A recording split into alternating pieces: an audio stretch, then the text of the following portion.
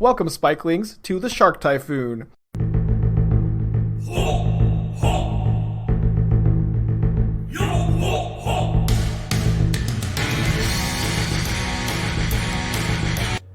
Okay, good morning, everybody. The Bean Deck continues to evolve into something horrible and eight-legged. Okay, so yesterday there was like a comment that was like, Spike, what do you think about Elder Deep-Fiend that people are playing in the 4-color Cascade decks? And I also think the card had been brought up a few times on stream, and for some reason it just didn't connect to me that the card was a really good fit for this specific shell. Like, when it was brought up, I liked the idea, but I kind of thought that you would have to jump through a lot more hoops than what we're doing right now to play the card. And so I started to work on it last night, and then I also saw this tweet, which from Mason Clark, friend of the channel, handsome guy, from like 2 days ago, or yesterday. It was before we were talking about it. He posted a screenshot of him doing the thing, evoke Solitude, Elder Deep-Fiend. So I didn't see a list. I don't know if there's like more lists out there, and I'm like potentially kind of late to the party. Wait, do I not have a Raugrin Triome? Maybe I accidentally sold my Raugrin Triome. I'm like potentially kind of late to the party here, but at the very least, I wasn't super aware of the tech, and I didn't, I at least had I spent last night working on this list. I think there's a lot of question marks here, and after a night of playtesting, this is kind of where I ended up. A lot of like painful decisions had to be made. One thing I want to say is, I think that if you're gonna play 60 cards, you have to be playing something very close to this. It was very, very tough to cut the Omnaths and the Nissa, but they just are the cards you have to cut to make room for the Elder Deep-Fiends. Like, one, Nissa is like a card that just has to go if you're going to be including like we basically cut the Nissa, the Elesh, Norn, and the Omnath. Although, like, for me to get there, it was like a lot of different chain of events to get there, but like we just like have to have like at least 12 red and white cards to pitch. So that's like the floor, the minimum, and like, so I think this has to go, and then you have to cut the Elesh, Norn, and the Omnath too for mana curve considerations. Like, because despite this being like theoretically castable on 2 mana, this is really like a turn 4 play, so you can kind of get max value from the card. I think that there's a very good chance that you are supposed to play more than 60 cards. Last night I played a little bit with 63, 64, 65. It all felt worse than 60, but just one night of playtesting is not enough to like completely rule out being above 60 cards. But this is where I'm at for the moment. Again, Elder Deep-Fiend, I probably should have led on this a little bit. This is a card I love. I was actually part of a Magic group chat called the Elder Deep Friends for a while, which ended up changing to different group chat. But this is it's really you can kind of forget the fact that it costs 8. I guess maybe theoretically it would cost it for 8 sometimes, but it's really 7 mana Emerge blue. When you cast a spell, tap up to 4 permanents. And so how Emerge works is you get to use this mana cost, 7 blue or 5 blue, and you sack a creature as part of paying the cost, and then you reduce this card's cost by the amount of that creature's sacrificed mana value. So if you sacrifice a Shardless Agent, or it's 4 mana, Bloodbraid Elf is 3 mana, but the best thing you can do is sacrifice a Solitude, and so you can go instant speed, Solitude, exile creature, sack Solitude, draw more cards off your beans, and tap 4 permanents. I really, really, really want to play 3 Elder Deep-Fiends so that you can kind of chain them together and like tap your opponent's team, attack, maybe cast a Bloodbraid Elf, do it again, attack again. I not only is like this like a very powerful thing, it is also kind of what the deck needs. It fits really well in the deck's mana curve, and it's going to help you close games quickly while stopping your opponent from being able to do their thing. In a lot of ways, this does feel like what this build of the deck was missing. So I'm very excited. The deck was the card was definitely performing yesterday. Let's get into it. Is Fire Ice really that important? Yeah, without Fire Ice, like without Fire Ice, you don't have enough turn 2 plays, and you don't have enough red cards. Like, I know that Omnath is a good freaking card, dude, but you just got to think about mana curve in your modern decks is more important than card quality.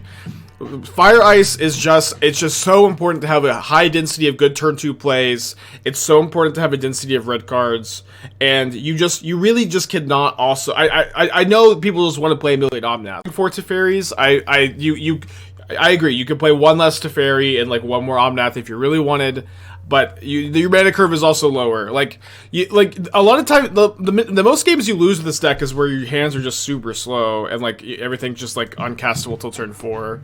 Like you really would be able to like slam Teferi turn 3 in a lot of games. Teferi's on the answer to Norn. Yeah, although you can also Elder Deep-Fiend that will help you beat Norn too. Necro the 7, Business the 22. Like, Teferi is a really, really good card. I'm pretty happy to play 4. I don't know. And again, it's like Elder Deep-Fiend is really high on the curve, and I know people like I'll say this. Omnath has also been like pretty mid for me in this deck. It's just not a card I'm super excited about. I think we keep in the blind on the draw. Maybe a little slow.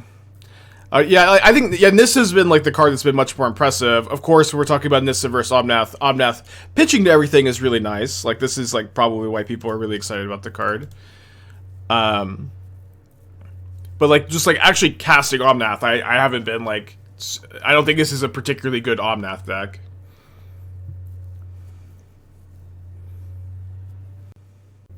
Yeah, of course, exclamation point DT, of course. Have it we're on turn 1 and everyone wants to change the deck, but I know this deck's exciting and there's a lot of interesting moving pieces. It is okay.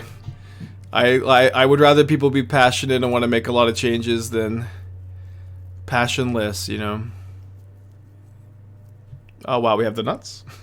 I'm enjoying this running gag of drawing Up the Beanstalk and immediately have the nuts, although it is just true.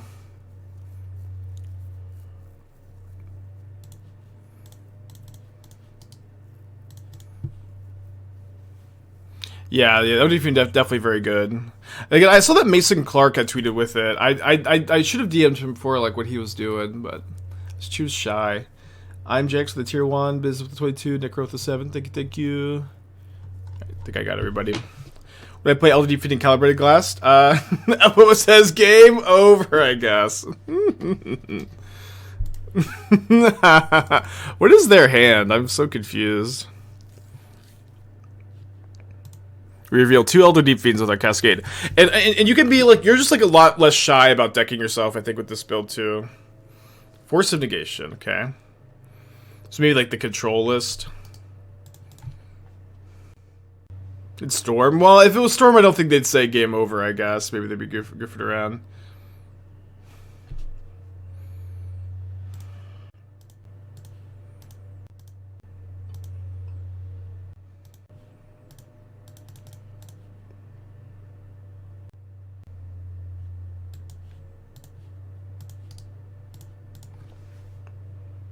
Why are you less shy about decking? Because you're more likely to be able to like always kill your opponent because you have Elder Deep-Fiend to kill your opponent before you deck yourself. Since one issue with this deck is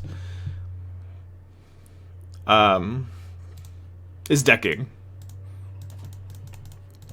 Let's just play Lrien Revealed here, I think.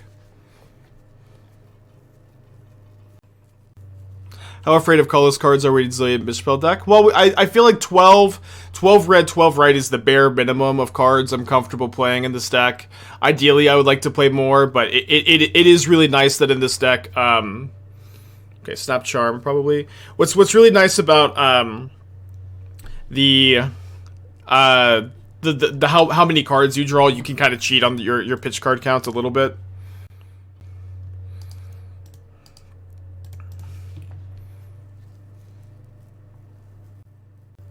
They should print Force of Will Modern. I think we're there. Can you imagine Force of Will with Up the Beanstalk? I mean, I'm sure Legacy players could imagine.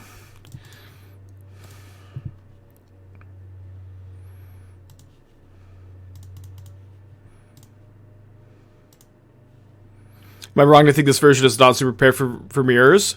So I think the Elder Deep-Fiends are going to be very good in the mirrors. I don't think that. I would disagree with the thought that this build is completely unprepared or whatever. I also think that I've actually weirdly found Force of Vigor to be the best thing you can be doing in the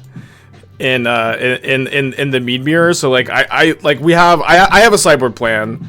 I have a strong sideboard plan of 3 Force, Endurance, Murderous Cut, Elesh, Norn, Commandeer. It's hard to and I don't know like how much more we realistically want to be doing.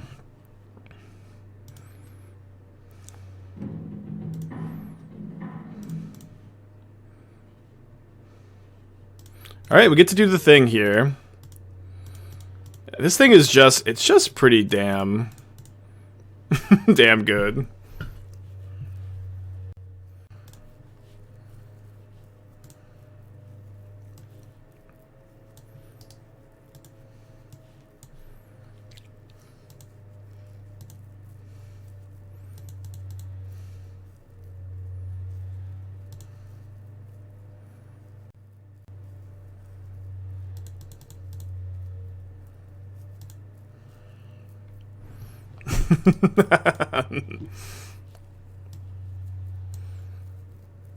Yeah, the card is very hard to kill too. Or I don't know, tough to kill.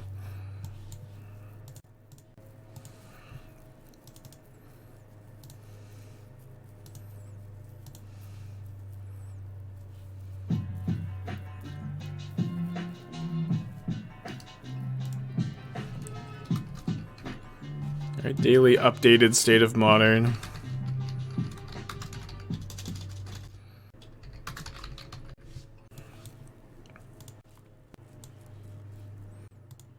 Okay, up a game.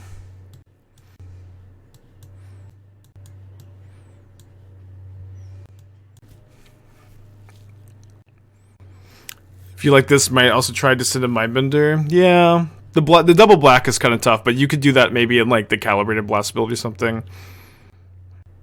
Where did the idea for defense come from? So it was a chat suggestion yesterday, and I saw that also Mason Clark was working on it. So I'm not 100% sure like all of the origins like exactly. Let's cut One Fury play 61. Exactly. Like I don't know if there's like someone that's been championing it for like a few days or for a while or something, but we had the chat suggestion yesterday. I built this list, and then I had also seen that after building the list that Mason had been playing it. So I don't know. Oh yeah, the flash is like super important for the evoke, right? Of course. No more caverns. Yeah, I decided. Well, okay, so. Okay, so the reason there aren't caverns in the sideboard is that I was playtesting like 63, 64, 65 for a while. And then I got the sideboard to a spot where I really liked it, and then I got the sideboard to a spot I really liked it. Honestly, maybe I should have got Raugrin Triome. I'm gonna get a basic forest here. I got this guy. I got the sideboard to a spot I really liked it, and then I went back down to 60. And I did like the Gemstone Caverns a lot at 60. We probably should have it back in, but I feel like at the moment I have my sideboard super mapped out, and I'm not really wanting to like make any cuts if possible. Okay, Force Pitch Flame of a Norm. So if they may Blood Moon me here, but I could resolve an Up the Beanstalk, and then I have Lrien Revealed for a basic island.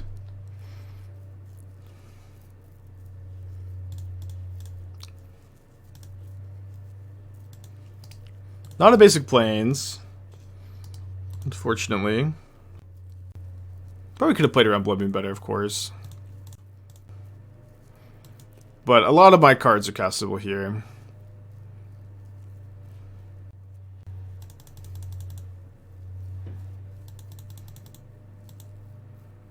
I did some Nihiliths and Flame Javelins. I don't know what that first thing is supposed to be. Flame Javelin's interesting. Oh, is the yeah, you're gonna have to exclamation point card it. Is it the suspend spell that deals like damage? Because I thought that was like started with a P.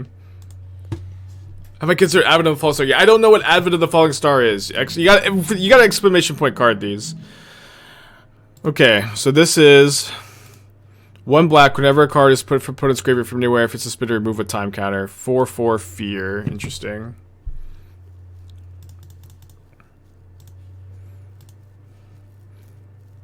What was the thought on bringing back the second Lrien Revealed? Mostly that I want it more than the Besage You if I have the 4 Charmaws on the sideboard. Alright, getting clocked. Put the agent on top. I seems better than the average draw.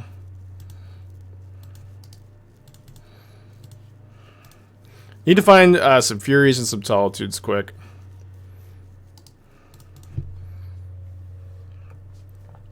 I like the Flame Javelin though.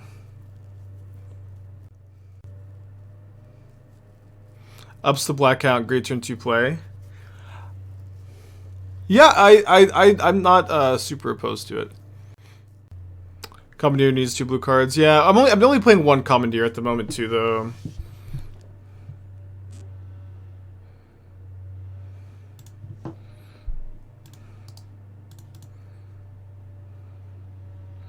If you want to find Solitude Plains, why top the agent? Agent draws a card. It's like I can either draw a card for turn, or I can cascade into a bean and draw another card. Doesn't seem really much point to ISO subtlety here, since I'm still dead to it in 2 turns, and they don't minus the Narset. Did they know about the Fire Ice? Maybe they did. Okay, so now I'm gonna ice. Beseech the Queen. Yeah, Beseech the Queen is cool. Very slow card. I'm so... Advent of Falling Stars. I still don't know what the hell that is. Okay, lost to Blood Moon. Probably could have played around that one better.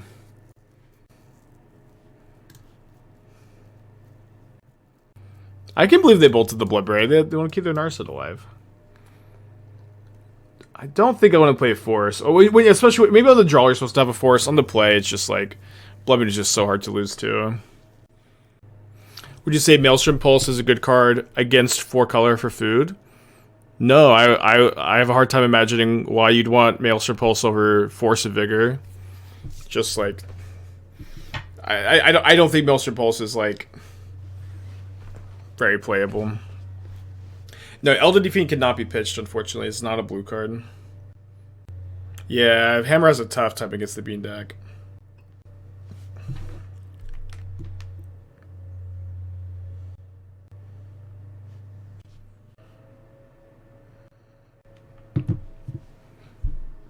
Okay, I like this enough to keep it. I am going to get a basic island off this. Well... Yeah, I get basic island, because if I draw any land I can agent. It's not like I have to be able to Teferi. What made me go off Nissa? I really wanted to... Elder Deep-Fiend has been really good. It closes games really hard. It's very synergistic in the deck. It's very powerful, very hard to interact with.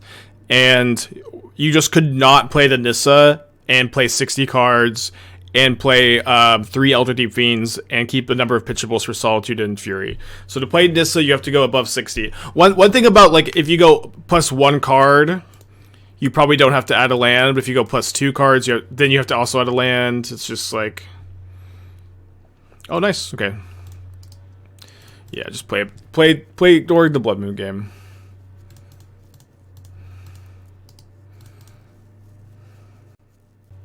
How was the Burn matchup against... Burn is good against the deck. We have 4 Leylines in the sideboard to help today.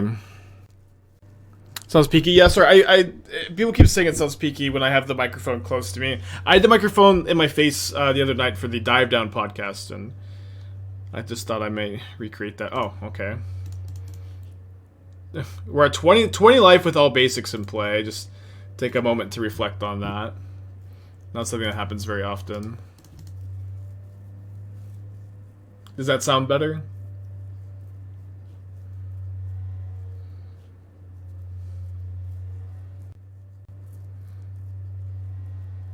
I'm playing Tron. I'm trying to figure out what would be good sideboard for Charmaw. Just do your thing. There's nothing you can play to counter the Charmaw. Just like be on the play and have natural Tron, you know.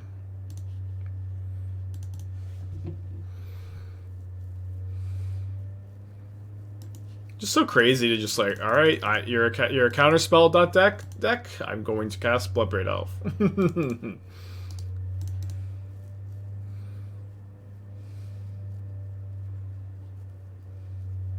I'm playing Blossoming Calm for burn in my bean deck. Do you like that? Well, I prefer Leyline.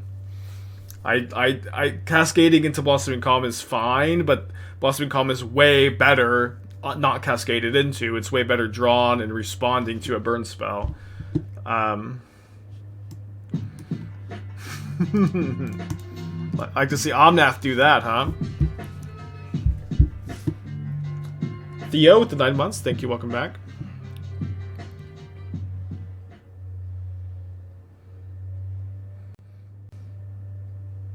Ooh. It's okay. We are playing Stomping Ground Keeg. We didn't have it in like draft number 1.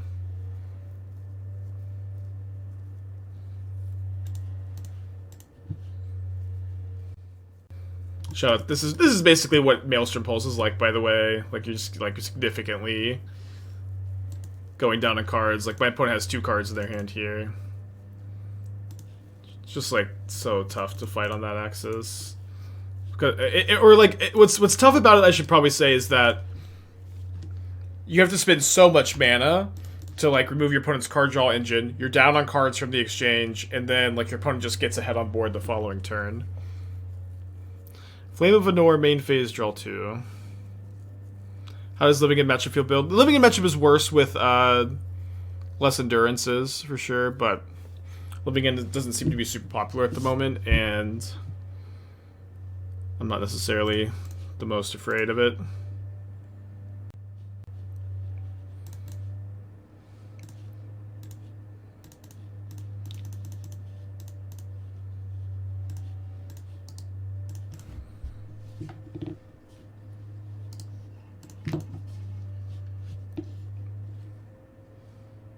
Are we out of beans? We have a beans left, but we're like, you can win without beans.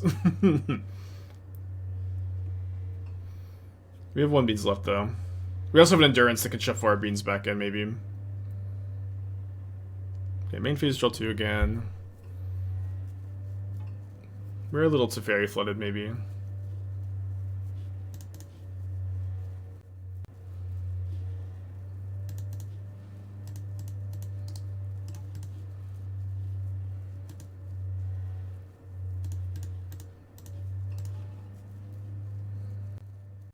Is this a Maelstrom Pulse meta? No, I feel like I just got done with this, but I recommend playing Force of Vigor over Maelstrom. If you're trying to include a card in the sideboard for beans, I don't know what deck could play Maelstrom Pulse that wouldn't want Force of Vigor instead. Because Force of Vigor is so nice to like kill the bindings, kill the beans for 0 mana, and then get ahead on board.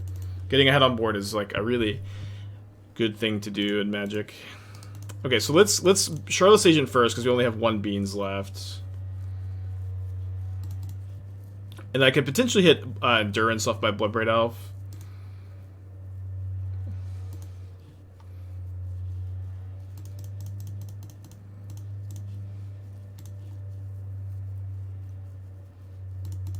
Another agent.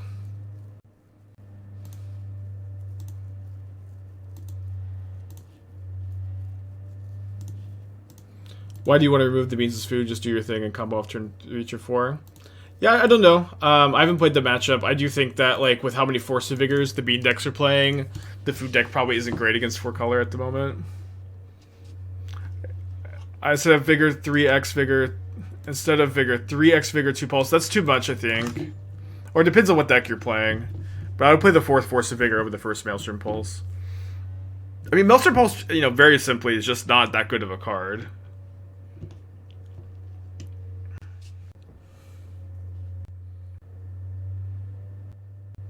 So they do have Hall of the Storm Giants available to block.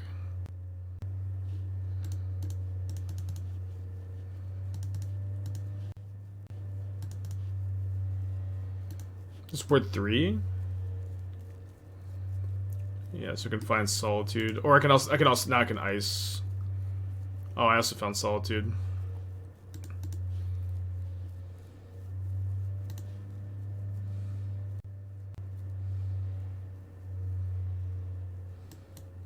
I think I should probably ice. It's just such a blowout.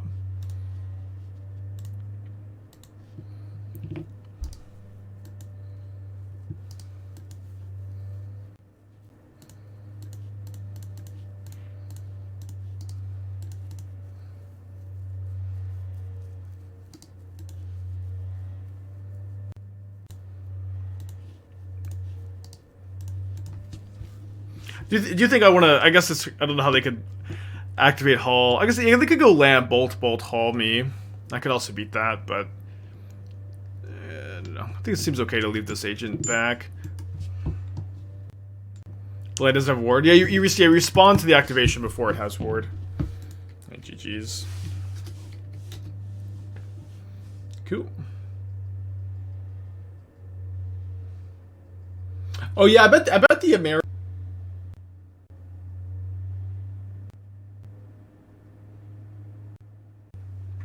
Keep this. The acidic with the 14. No comment. I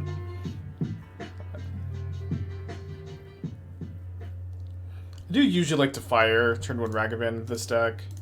Like, you're just so good at like winning the out card advantaging them that on the draw you kind of just don't want to get overwhelmed by their cards.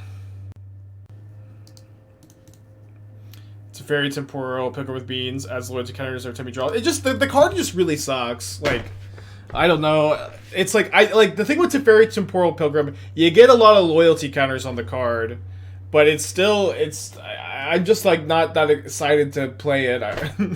Like, I can't imagine like wanting to play that over like Tristan's Time Warp build or playing Elder Deep-Fiend or, you know, Bring to Light, like any of the good ones.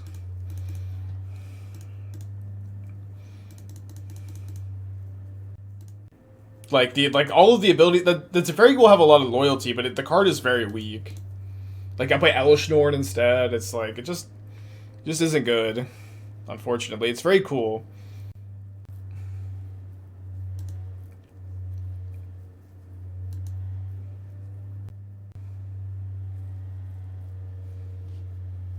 Alright, let's get a basic planes and binding here.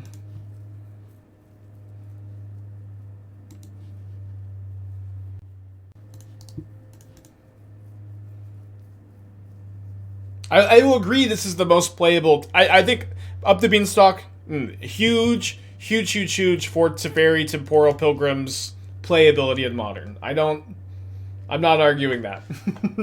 But as I still not quite behind like registering that in a Modern league or something. Other Grief would be pretty bad.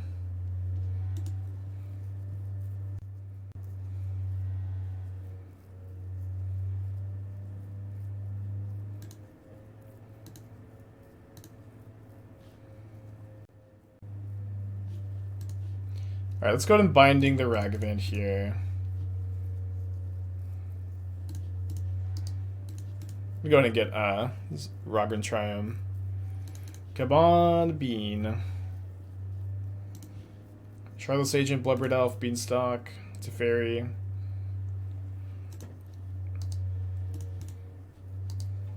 Suppose I should probably binding the Fable here.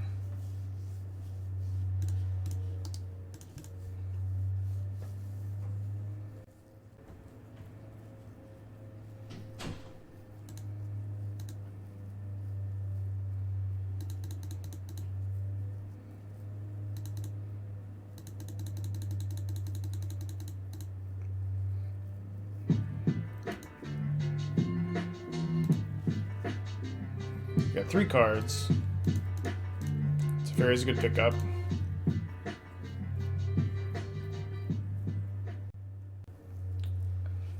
Okay, no Bowmaster's huge.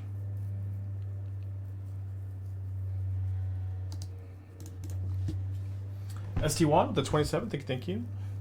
How is Fable these kind of decks? This deck is unplayable. It's much worse than like all your other options. You already have like a ton of good 3s. If I wanted another 3, maybe I would play Violent Outburst, but I don't really want another 3. Okay, so I'm probably going to go Lrien Revealed for an island after fetching a forest here. I guess maybe I should get a red source. Yeah, I think with Island Plains I may be resilient enough to Blood Moon here. But I want to be able to hardcast a Fury if I draw one, of course. Thoughts on Dead Gone and Time Warp in these shells? They're playable cards. Like I think I like that a lot of people are working on the deck. There's a lot of versions that are good. There's a lot of versions that are like very stylized, like to like specific, like how specific deck builders approach formats, which I love to see.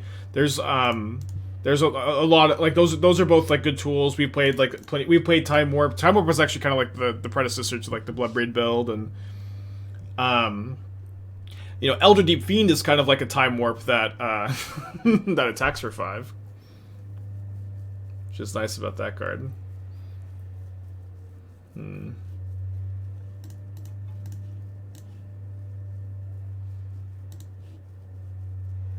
Uh-oh. We are in trouble.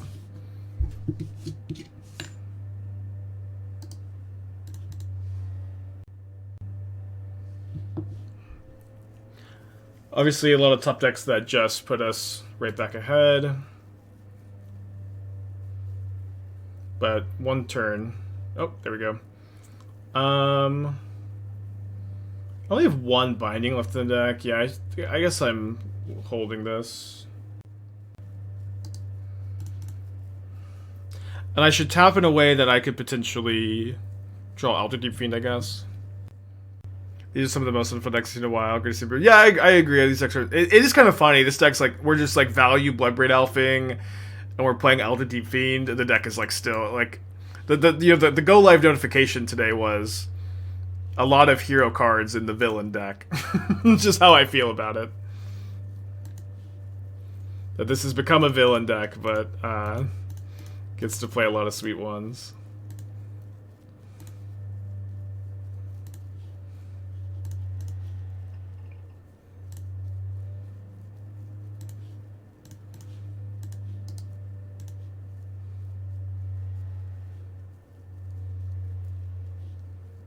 Oh, I could have fetched first time.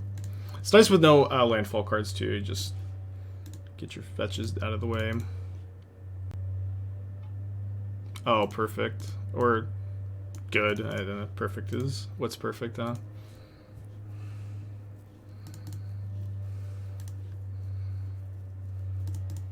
That's perfect.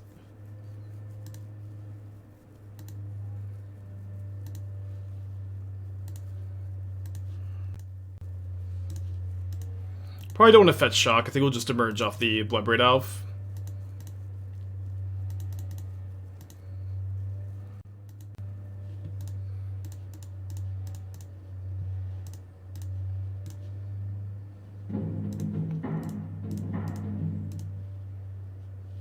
I think I'll tap the Treasure.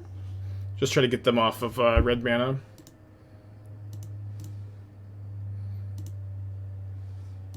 I can actually bounce the Treasure now that it's tapped.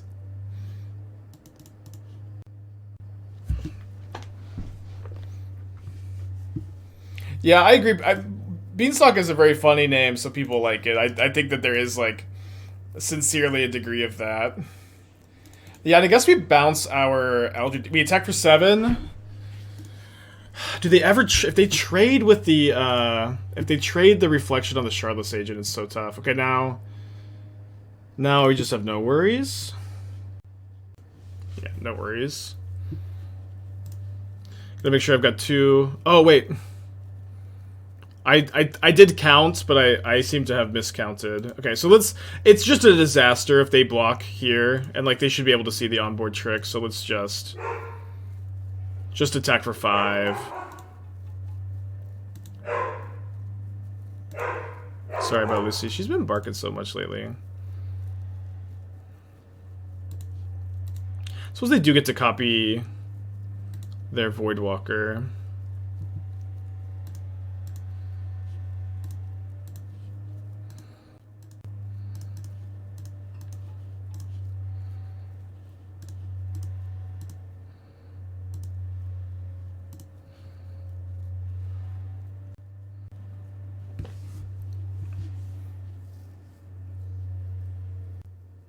It's actually probably right to target treasure instead of Blackleaf Cliffs.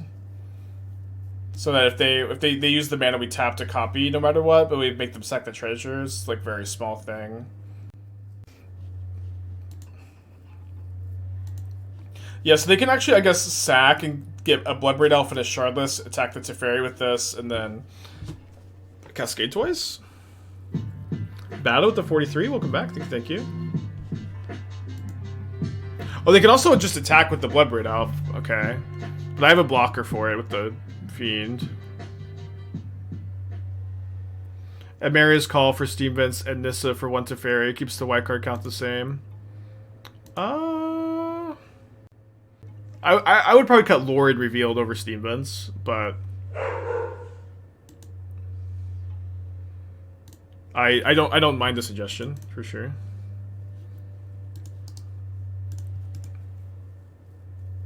Teferi doesn't stop Voidwalker. You can just cast it until end of turn. It does stop the Cascade on the Bloodbraid Elf though.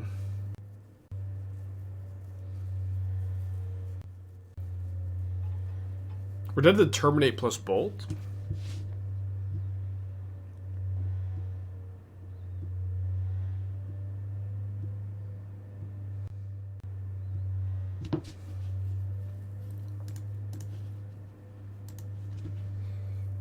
So maybe they're gonna bolt my Deep-Fiend. I'm down to 4. Dead to 2 bolts also, or Bolt Bowmaster. Okay.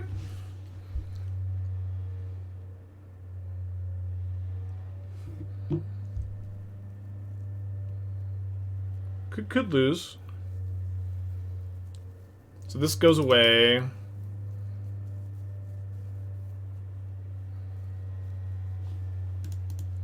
So I think I just start off with Beanstalk, and then we probably evoke this Fury. Play 4th Beanstalk, I guess, just to like basically be sure we're not bricking. Could potentially emerge here.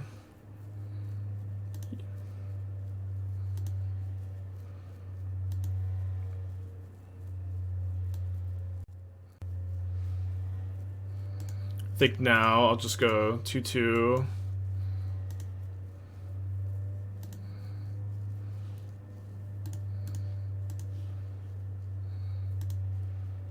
Maybe I made a mistake. I was thinking I was like not very at risk of decking myself.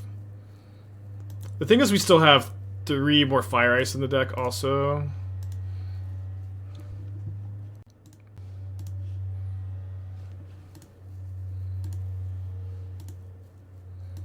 But I did maybe draw too many cards here. Okay, they concede. Well, that's fine.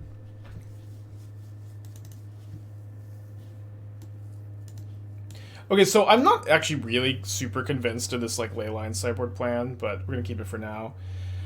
I'm gonna trim, I think 2 Deep-Fiends in this matchup. They just like are like not super ideal. I think we keep 1 copy in, and then go -2 Teferi plus 4 Leylines.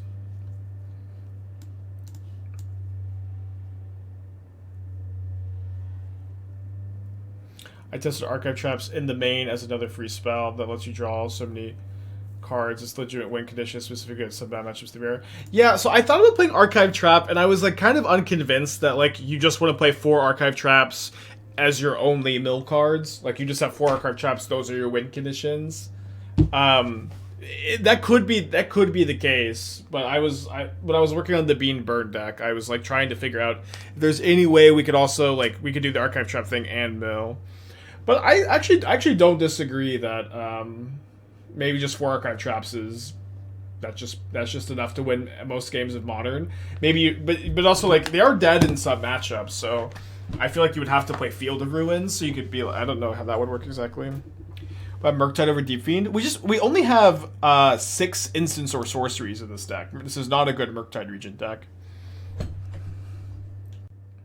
I also had some Bring to Lights and Sun Endurance. I mean, it just sounds like a very different build, but an interesting build. Fraying Sanity? I don't know. The card's like it's just 3 mana unimpact the board. Archive Trap and Rogues with Beans as a game plan. Yeah, I mean, it's good. Could do something like that. You know, for the most part, I'm like pretty obsessed with like the Cascade Bean deck at the moment. Maybe like a little 2 zeroed in on it. Lucy's on the couch! Yay! Yay! We love when the dogs actually use the couch. Look how comfy this is. She's got a pillow. She has all the space she could ever want in the whole world. And she just... I guess her chair is also pretty cozy. 9 Sigma in 20 months. Thank you. Welcome back. Could you Besage you instead of Field? Besage you is not a mandatory search. But also, like, you know, you don't get the land back from it. I don't know. Wouldn't it be the worst?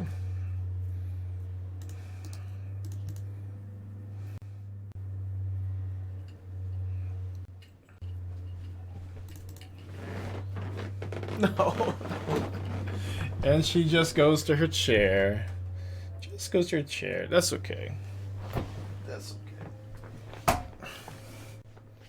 Beating zombies with rooftop storm and great merchants. I mean, I agree that... Oh, so the thing about griefing by binding, okay. Thoughts on Leyline was the theoretical process behind the inclusion. My theory is that the deck is really bad against Burn and Red-Green Valakut without them. And you can also bring them in this matchup. Like, they would have been amazing this game. So they pitched a Bowmaster. And they got a one-liner. Well, I'm gonna Fury this Ragavan. Uh-oh. Where... You couldn't have been in the opening hand? What'd I miss, Spike? Surprised no one's doing Void Mirror with the Cascade. We played against Void Mirror some. It was, like, not super scary. Okay, second Ragavan. Okay, now I like their play a lot. Do I get to draw a relevant spell? Okay, Leylines suck. I'm in this matchup. I'm off of it. I'm off it. This is like we're 0 for 2 with for the Leylines being just like the reason why we lose the game. This happened to us in like the showcase too. Like we just like actually lost the match because we had Leyline. I'm off it. It's just like if these are just like any of the cards we had. I guess not Elder Deep-Fiend. I don't know. I do like having Leylines. Like they're not really for scam. They're more so for the Burn and Valakut matchup. Sunscour. I don't know. We're not doing good enough on white cards, I think.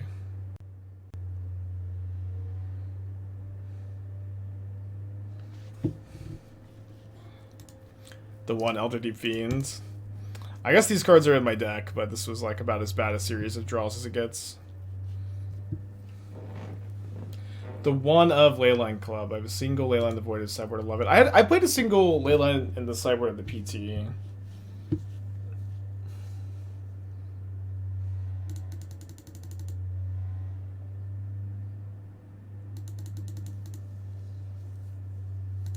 Elder Deep-Beans? Elder Deep-Beans is pretty good. I like Deep Fried Beans more.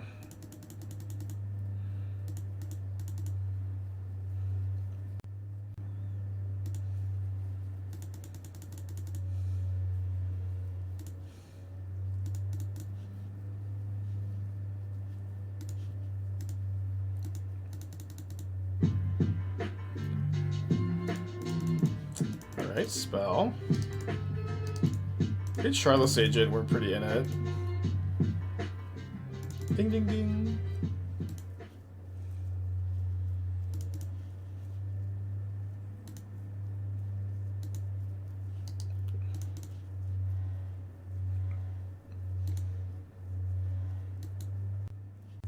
Big fan of one Leyline. I think I still want more Leylines like in the sideboard for the Burn matchup because that matchup's bad.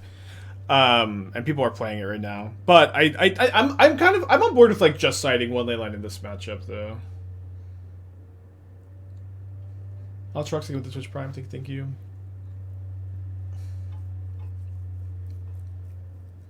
I'm gonna Tums real quick.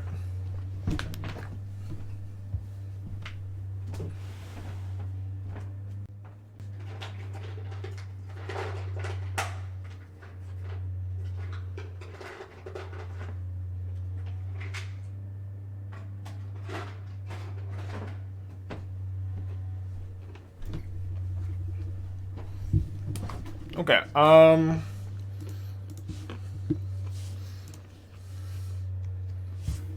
could go to 3. Yeah, let's go to 3 so I can Deep-Fiend next turn.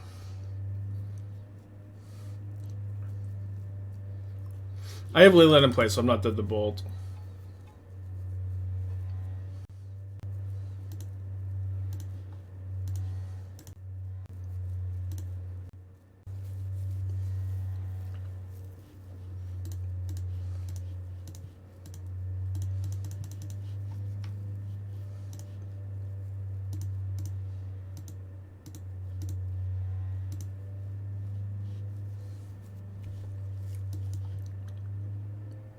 Still got some work to do.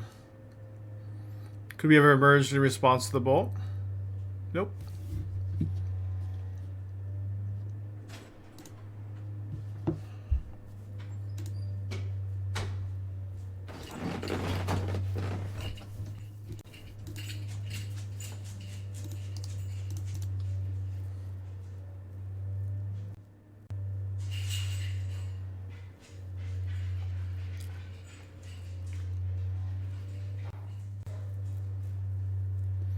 Okay, we're going to 1. Hoping to draw a Fury, I guess.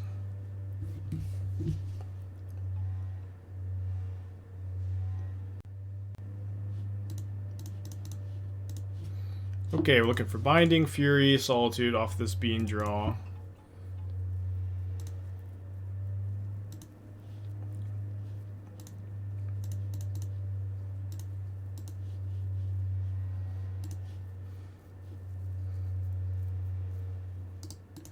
Okay. Leyline's unplayable.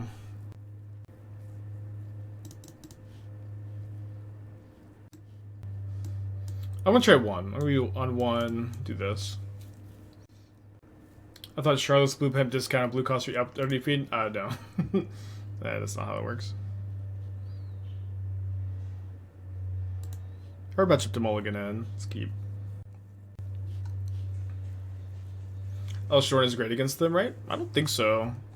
Like you win most of the late games anyways. Like I'm not really that interested in keeping what is most like 5 mana 4/7. I mean, it doubles your own stuff, but it's like it's hard for them to kill. But they have like 3 Terminates in their deck. I don't think Elshorn is very good against Scam. It's not very bad either, but how's the Tron matchup? We have 4 Charmaws on the sideboard. It ain't too bad.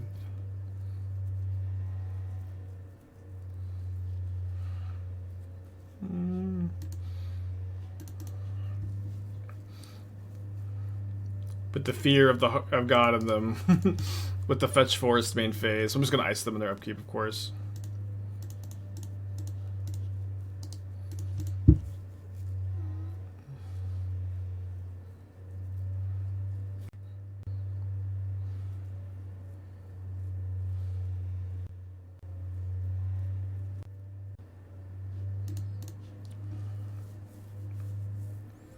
We actually can't hardcast Solitude or Fury with right now, so maybe I got mega punished for fetching this Misty.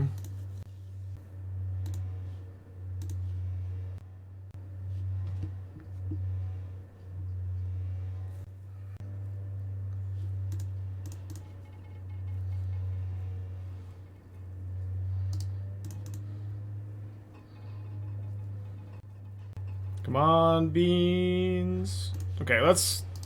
If we were going to draw a land, that is literally the best land in the deck.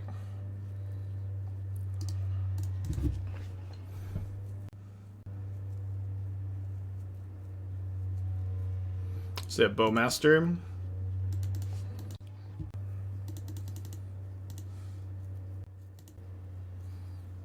Bowmaster, no casting it, like any good player with a Bowmaster. I think I'll just play this now.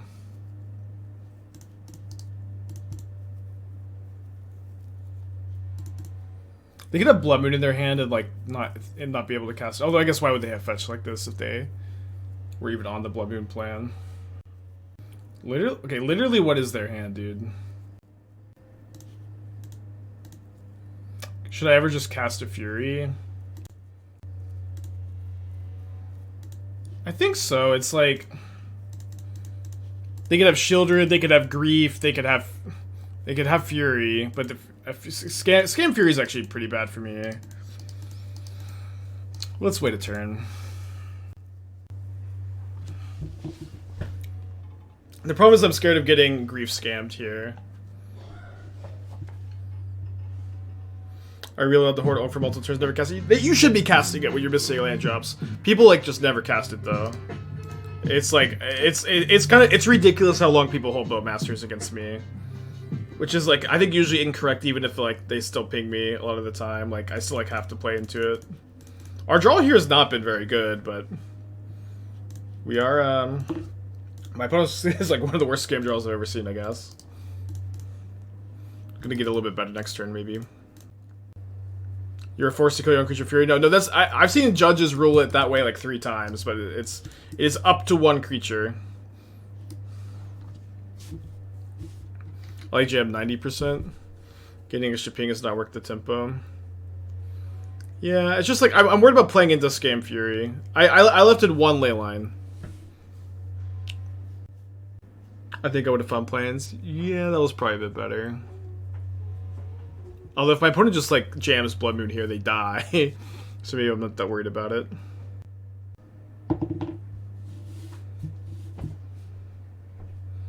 How far into the sauce is Deep-Fiend? I mean, the Deep-Fiends have just seemed good. I don't know. What's up? I'm a Pedialyte fiend too. Yeah, I know. It's just What did you think about the Gatorade kind? I don't know. Yeah, we got the Gatorade Light. It was okay. It tasted better, but I feel not as powerful. Yeah, I feel like it has a lot more sugar. Yeah, too. I wanna go back to the Like, regular I really feel Pedialyte.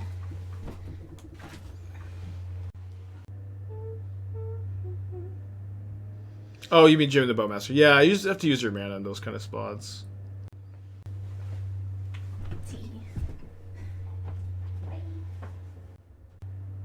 You can go land Scam Fury Blood Moon? Yeah, I don't know. That's the turn, that's the turn. Probably a good enough argument to play the Plains, I agree.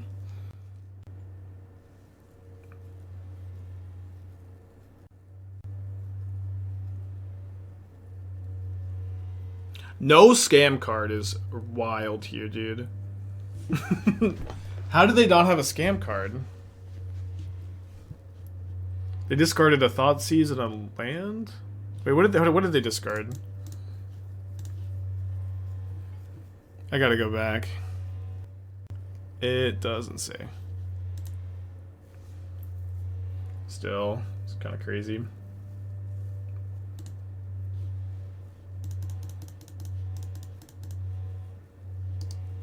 We can get planes off the Heath.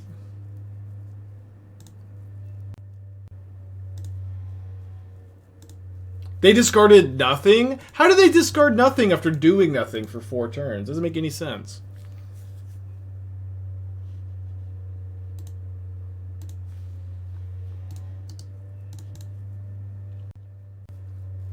They discarded the fetch land. They cast the Thoughtseize earlier this game. Did they discard the fetch land? I thought they fetched for the swamp. Maybe not. I don't know. Blood Moon is a card that makes sense for them to have had in their hand all this time.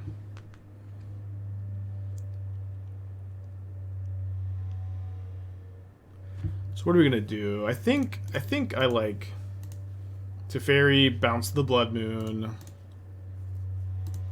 cast Shardless Agent.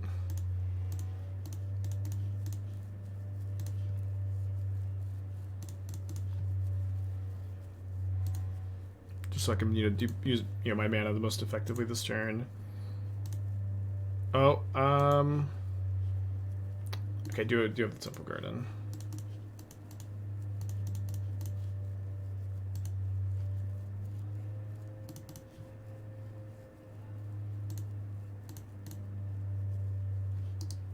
Nice.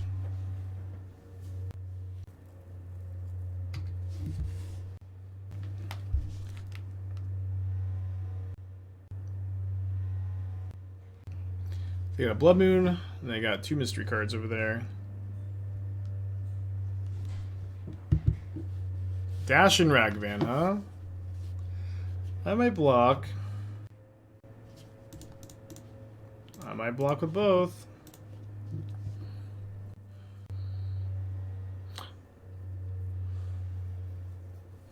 I don't know. Maybe I don't know. They're at 8. Maybe maybe blocking is not correct. Seems like all roads lead to Rome. Like I could never. Thoughts on questing druid splash and scams. You done a Murktide to success. I mean, not being a red or black card is tough, but questing druid is very strong.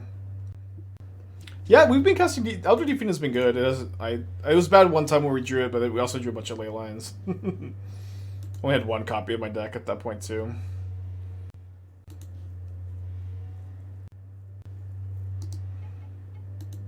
Okay, opponent's on double to 5.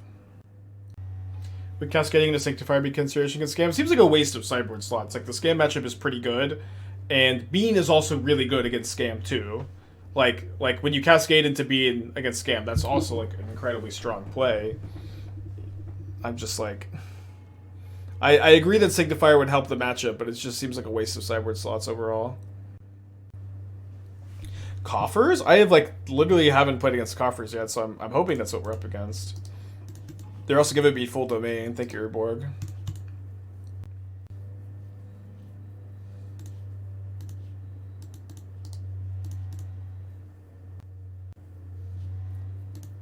Could actually be good to ice them next turn. But with the Field of Ruin up, I guess that doesn't really make sense. Alright, come on. Anything irrelevant?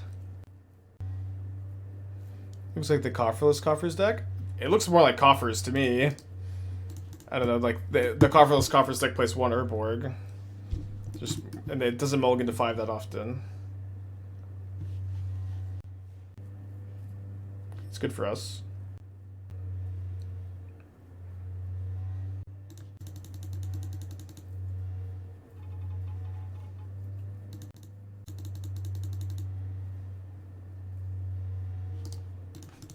Like, of course, you know what I mean? It's like, was there ever any doubt? My draw was, you know, pretty shitty. Had to take a mulligan and not really doing anything. Likely going to just be down a game. I think I'm just going to concede. Like, I have, like, no play here. They're on topic with the ring. Let's just go to game 2. Maybe they think I'm Rhinos. So excited to play this matchup, though, for the first time. I'm gonna bring in the Commandeer. I think I want the Charmaws too. Like, they have so many Field of Ruins. This card is like very often 4 mana, which should be good enough.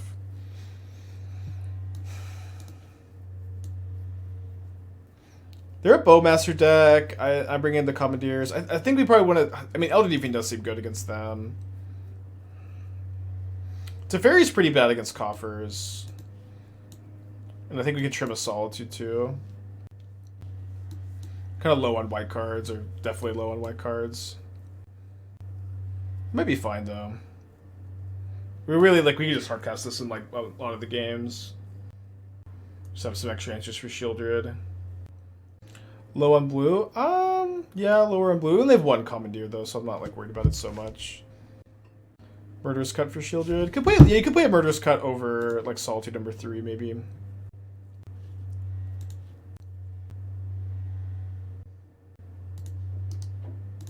Endurance for... Yeah, Endurance to shuffle the Field of Ruin lands back in is kind of cute. It could be worth it. One thing that I kind of like, though, is if they just play Urborg, they, like, you know, you're kind of fine.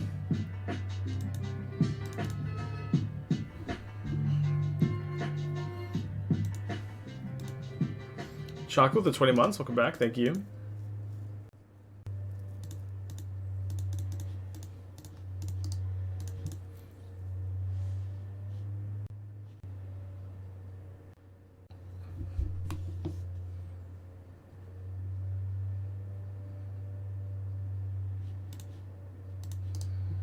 Alright, hoping they don't have another Thoughtseize.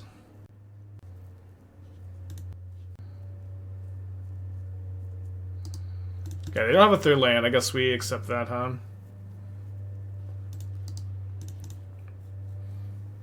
We don't have a 5th land.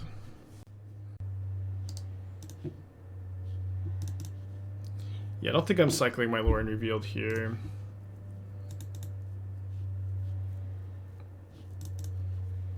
I'm going to shock. I think it's just really important to keep all your basics in your deck in this matchup.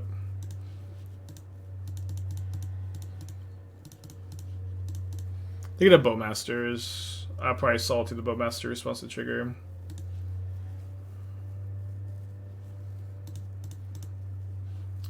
Maybe I should. Sorry, I probably should pitch Binding. I'm just a little bit worried about the One Ring and Karn. Yeah, maybe this is fine. Not sure.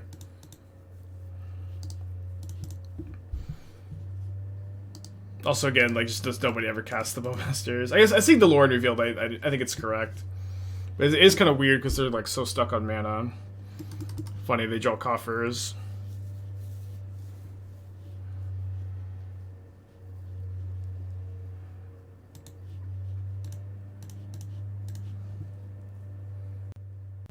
Do a second Bowmaster? Like if you have two Bowmaster here, like why are you not playing the first copy out? Because they definitely drew this for turn. Like why is this just now getting played? I really truly don't understand.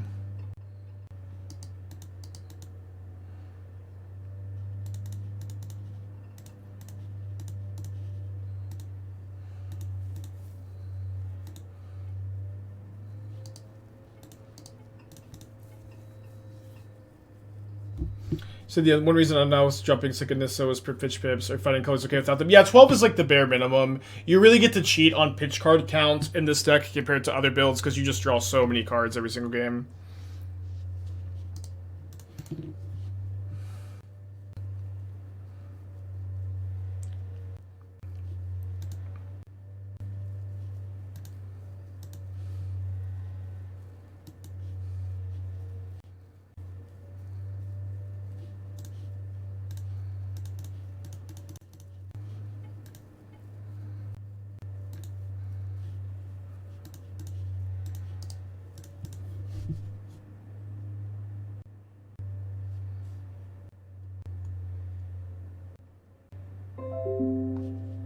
Nice that Fury is, not fatal pushable.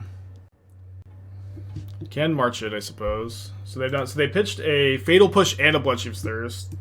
Casual like 5 for 1 or something like that. They can cast a 4-drop though. Seem to be flooding a lot of these games. Yeah.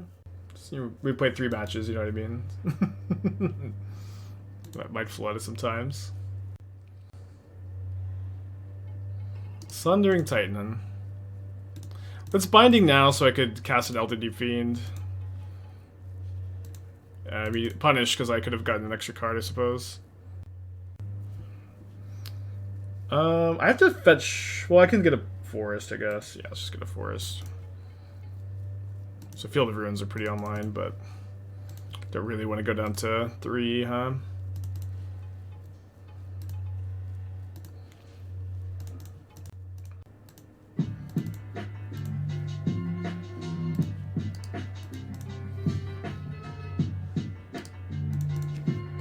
Toborg with the 35, welcome back.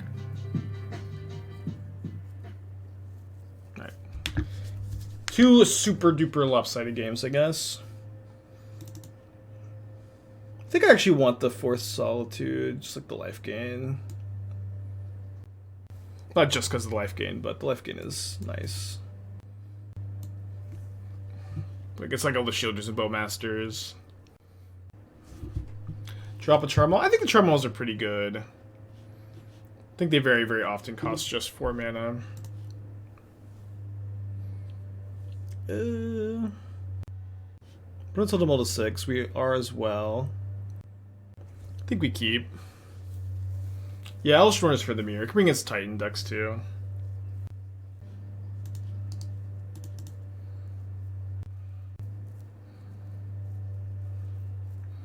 Just play Hallowed Fountain tapped here.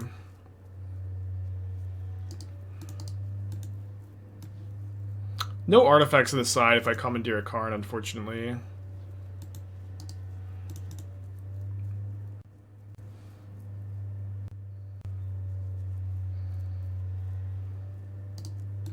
Man, both players just so struggling so much both games to have a functional draw. Very funny.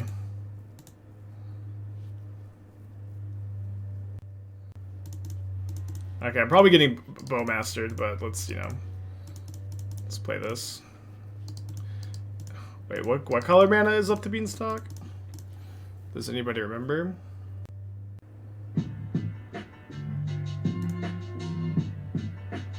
Yeah, there's I can kind of feel that they didn't have it. I have a hard time articulating that, but... So if they miss their land drop, we just get to charm all their Demolition Field and win the game. Wait, they did it main phase clean... Oh, there was no targets. Okay, right. Or where's their target? That was in my yard. There was a target. Or did I fetch on their end of turn? I fetched on their end of turn. Never mind. I'm tripping. Dudium with the Twitch Prime. Thank you. So they sandbagged Thoughtseize also. They drew Troll. I don't get it. Why aren't they playing their spells? This doesn't make any sense.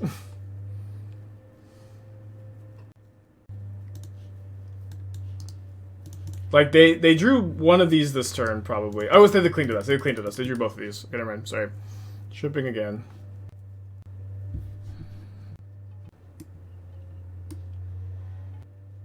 Presumably we're getting Field of Ruined here. They're definitely acting like they have a Bowmaster instead, maybe? I don't really believe them. I'm gonna cast the Lord Revealed, even though maybe I don't have Commandeer up anymore. Oh, man. I guess good bluff, because they're acting like they wanted to Field of Ruin with that pause there. Totally fell for it.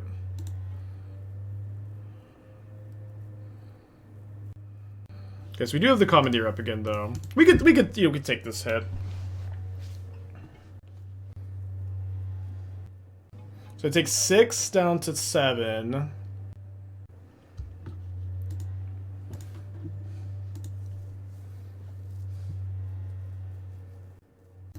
I think so.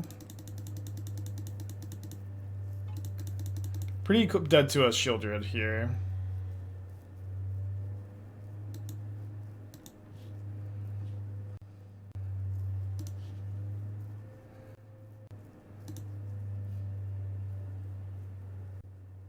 Could Commandeer the Thoughtseize. We probably have to Solitude first. We lose 2 life if we do that. Let's just not. But yeah, Solitude the Bowmaster, Commandeer Thoughtseize. Go to 4. Seems not that bad. Okay, they take one of the Solitudes. Should be okay.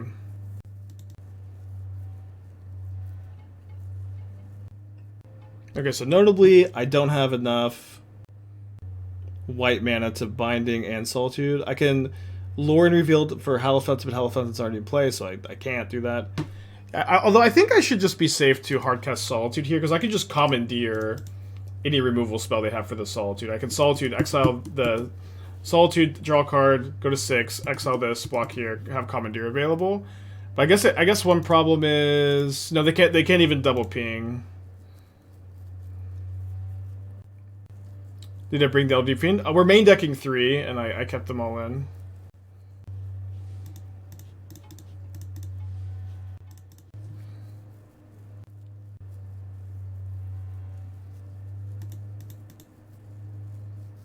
Okay, so now we'll exile the Bowmaster. Go to blocks.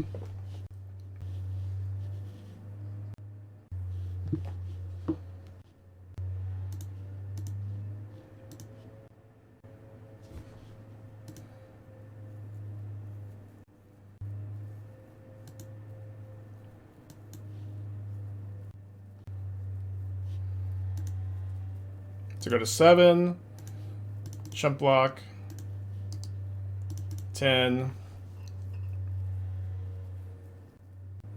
corner turned, don't have full domain. I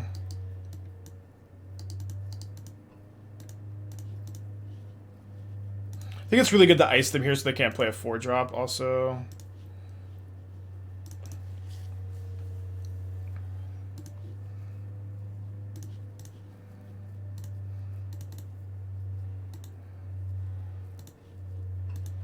No targets for the Charmaw. It does only hit non-creature lands.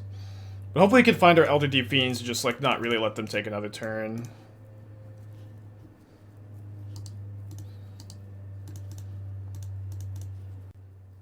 One Beanstalk in the deck. Kind of scared to put another Beanstalk into play because I am really cold or soft to a Fury. They just concede though. Okay, I guess they'll shielded in hand. I said Fury. So I don't think it really makes a lot of sense in the mirror. I'm kind of tempted to keep this. Or on the draw. I think keep this on the draw. Got a Fury. Reno got 24 lands to draw into here.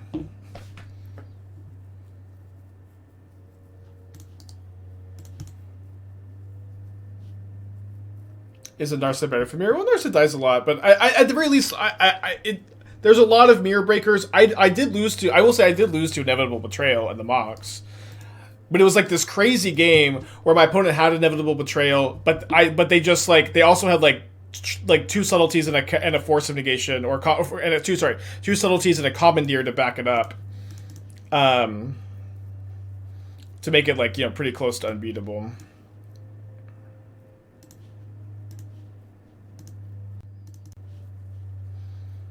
I don't think it makes a ton of sense to Fury this, since it's so weak to them having a hammer in their hand.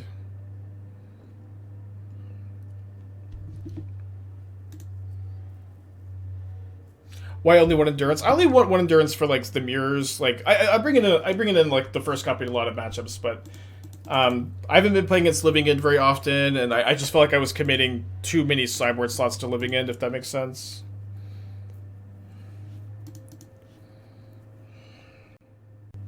I played this maybe a little too fast.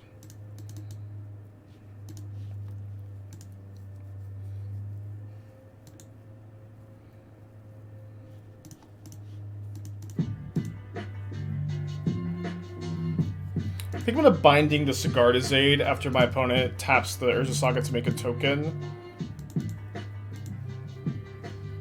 So I don't lose to a Blacksmith skill.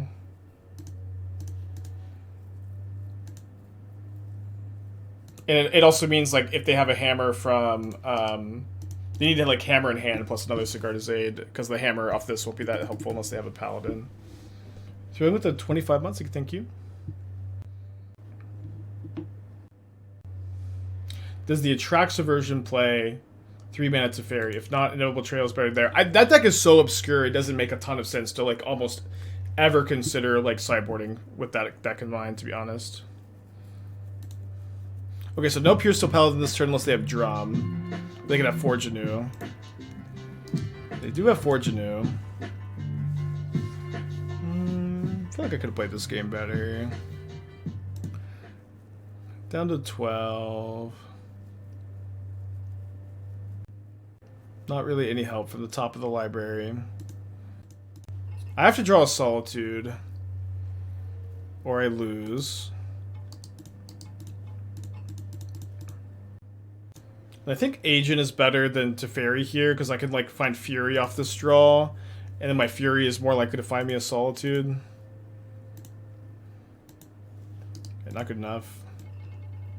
Well, I guess I have to be convinced. They have to, like, go for lethal on the Ink Moth, I suppose. We'll make them go through the motions. Matchup's really good, though. I'm feeling okay about our chances to win both sideboard games.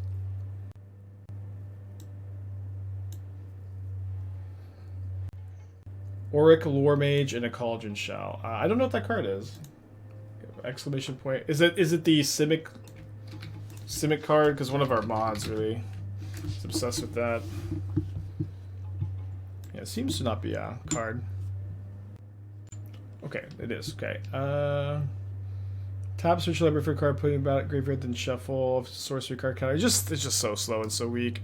It's like these 4+ mana cards that you have to like cauldron onto. It's like if you mostly just have to discard them for them to be good. Like we were playing the mono blue cauldron deck with Urza, and Urza was like good to discard and then cauldron. It was just like so slow to cast. And so like if you're gonna have to do that, like you might as well discard Gristlebrand or Kiki Jiki instead of like these like really mediocre value cards is my general thinking. Okay, probably cutting the Elder Deep-Fiends here.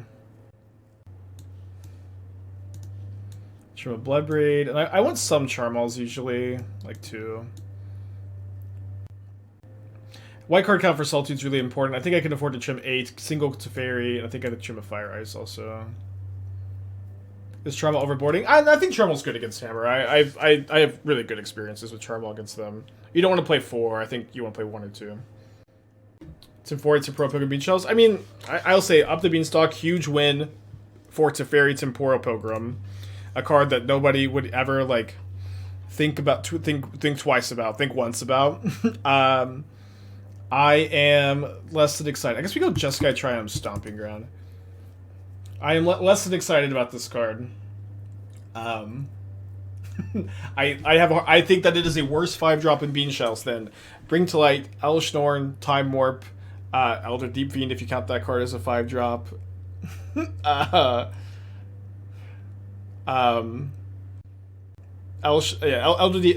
Deep-Fiend, Elesh Norn, Time Warp, Bring to Light.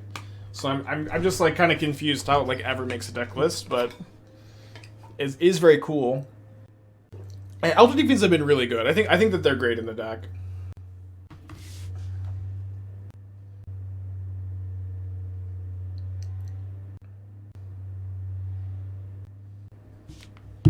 Yeah, put it in the tank here.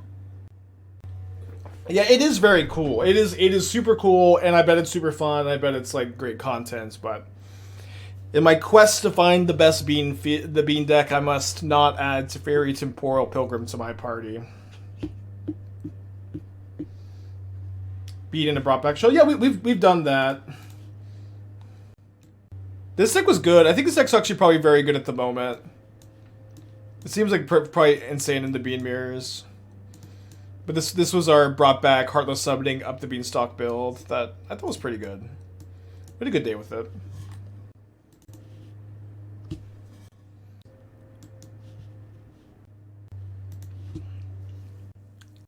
Bring to Light. Yeah, Bring to Light's Pioneer legal.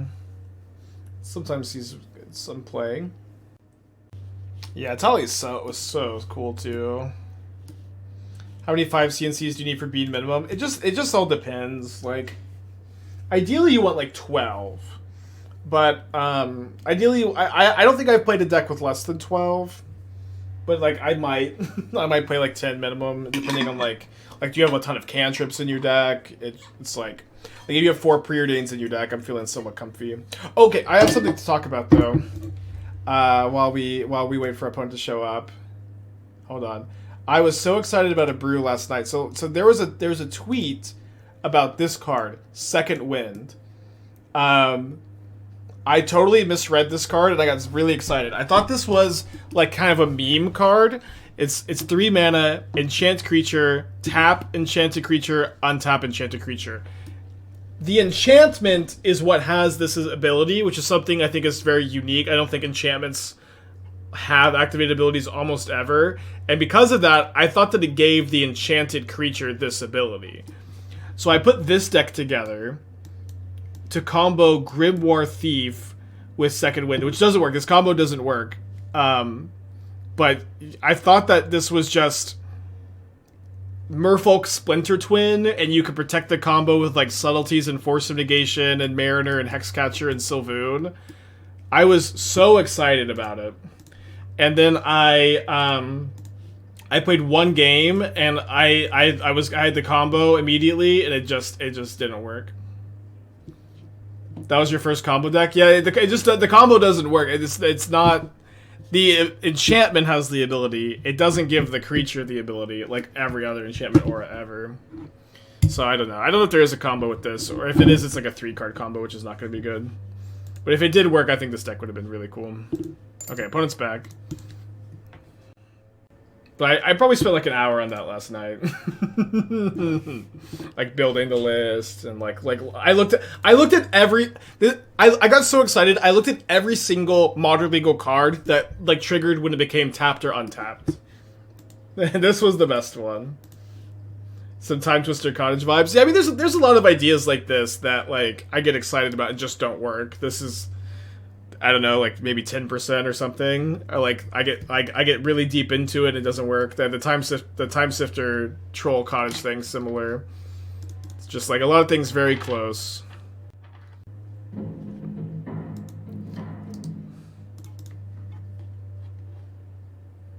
Yeah, that was the brew though. I was really hyped for it too. Fury would be a good top deck. Okay, so maybe I just actually am.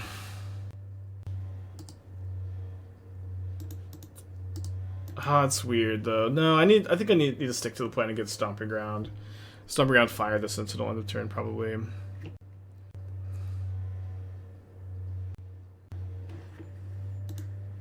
Kira's Faro plus Orb. It's just too many It's just too many pieces. It's just like not a good combo. Like if you're gonna Mesmeric Orb, why are we not double Fate Stitching?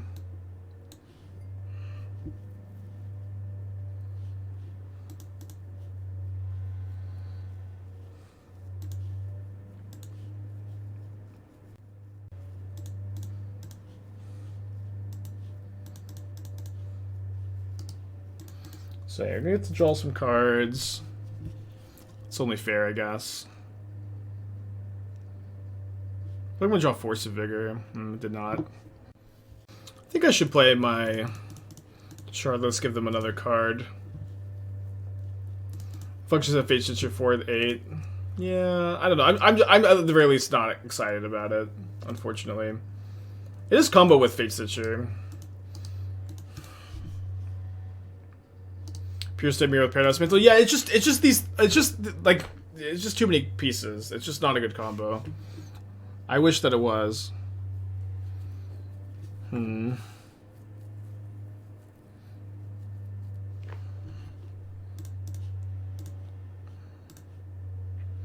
probably Charmaw the Saga, draw a card. Hopefully a white card in one of like the top two.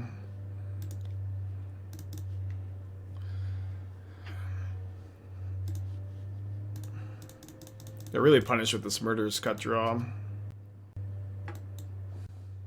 Night Market Look at Cauldron and Clever Conjurer is budget fun deck I've been doing on Arena. That sounds very fun, yeah. I did look at Night Market Lookout. I didn't see Clever Conjurer because okay. Mage Hand, tap untap target permanent not named Conjurer. Activate only as a sorcery. Okay, so yeah, if you Cauldron it, then you give the untap ability. That does seem pretty cool.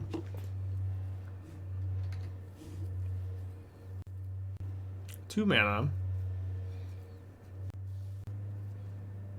So getting a Shadow Spear, so they're gonna hit me for like 8 this turn. I just have to draw a white card. I'm not on Super League tonight. I think I have 2 more weeks before my next pod. I was in the first bracket of the Winners League, and then there's like second bracket, and then 2 weeks of losers before I'm coming back on. But I'm not even sure I'm on the first last chance anyways, so there's a lot. So I guess we're Solituding.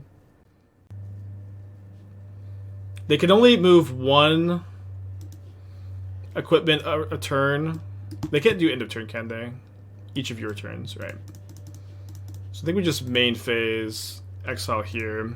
Oh, I could just Fury this Stoneforge too. Duh. So I guess I should have evoked Fury first. Yeah, I don't think we're supposed to Bean first. Played any recommission Cauldron decks? We did. It was like this really weird. It was really weird, like Heliod combo build. I agree. I'm on board to like try to figure that out though.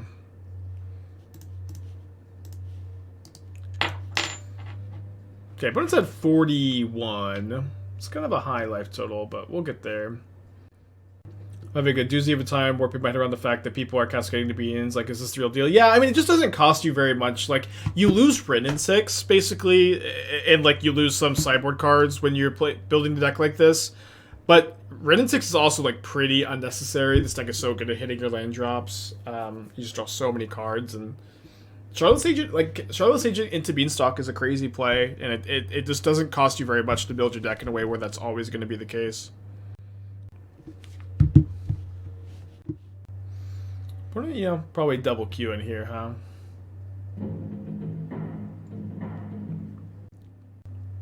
Yeah, but you can maybe play Recommission in the blue Cauldron deck, like splash for it, play Sentinel too. Not a lot of space though. What was the comment? How do you untap the Grimoire Thief? So you Cauldron exile the Grimoire Thief onto Night Market Lookout, and that's infinite drain because it's not named Night Market Lookout. Is that a Pioneer legal combo? That could actually be kind of interesting. Night Market Lookout's Pioneer legal, Cauldron is Pioneer legal, and Clever Conjurer was probably Pioneer legal. The thing though is like I just hate. This happens all this time to me in Pioneer. Like I find like a cool artifact-based combo. Yeah, it is legal. A cool artifact-based combo. And I get very excited to be building it in Pioneer, and then it's just like, oh wait, it's Pioneer. Like, it's Pioneer. You like just don't get to play artifact-based combo decks. You cannot beat mono green. Yeah, exactly. Don't need to do anything yet. Oh, excuse me. Clever Conjurer, Turmet's Servant, Cauldron. What is Turmet's Servant? I mean, Conjurer's Cauldron combos with a lot of things, I think. Mono green is not that good right now. Just play. I don't know. I'll say this. This is also like the weird thing I don't understand about Pioneer is every time I'm not playing the format, Pioneer players are like, oh, it's always Phoenix and Mono Green. People always go, oh, Phoenix and Mono Green are not good anymore. It's always these two decks. I'm gonna play this in case they have Protection Spell. I want to make sure I have Force of Vigor up as another piece of interaction. It's always Mono Green and Phoenix that people like swear are gone from the format. And every time I come back to the format, these decks just are still like tier 1. It almost feels like in Pioneer when people aren't prepping for RCQs and stuff. When people aren't prepping for RCQs. Sorry, how do I phrase this? When people aren't prepping for RCQs, they just kind of play whatever they want, and it like gives you the illusion of the Pioneer metagame changing and stuff, but for the most part, the Pioneer metagame is just the same. Mono Green didn't place in either challenge this weekend. I just like refuse to believe Mono Green is not a good Pioneer deck anymore. This happened like the last time I was getting into Pioneer. People kept going about how Mono Green was just not good anymore.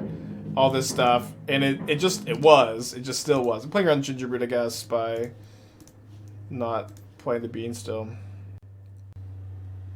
Like, Mono Green is just really... People are so bored of it. I don't know. I am out of my element, right? Like, you know, Claudio definitely knows way more about this than I do, but... I'm like a child who wanders into a conversation and demands to know what's going on. I understand. Yeah, I don't think I need to do anything just yet. Because I have to kill this Stoneforge Mystic. So they shouldn't have a protection spell in their hand, right? Well, I guess they could have drawn this off the Paladin draw and then drawn the protection spell. Avison with the 14 months. Thank you. Welcome back.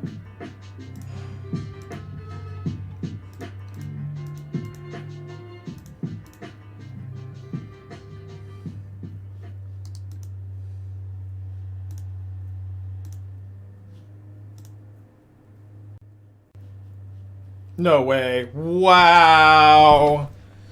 Perfect draws. Okay, but now I can just binding the, well, maybe it's not super simple. Yeah, I guess it is. If they attack with Stoneforge Mystic, I'm binding Stoneforge Mystic. And if they attack with the Cauldron, I'm binding the Cauldron. I probably should plus my Teferi though, huh? Teferi bounce Solitude? That's really, doesn't make any sense to me, I don't know. Yeah, Gingerbread's their best top deck. From this point. I think Stoneforge Mystic plus Surge was like their best two draws by a lot there. Heroic and Convoke are huge resurgence of Mono Green's not good level position. I hear you, Claudio. You definitely know way more about it than I do. I've just been hurt in the past, you know what I mean? I've been hurt in the past where Pioneer players swear that Mono Green is gone from the format. They swear it's gone. And then I start playing it, I'm like, well, I can't beat Mono Green ever. I just have to like that was my experience with the last RCQ. people swore it was gone. I started playtesting. The results of it being gone were greatly exaggerated, and I just played Mono Green and crushed everybody. It was, you know, although I did have some. There was like definitely one match I really should have lost from a Spirits opponent.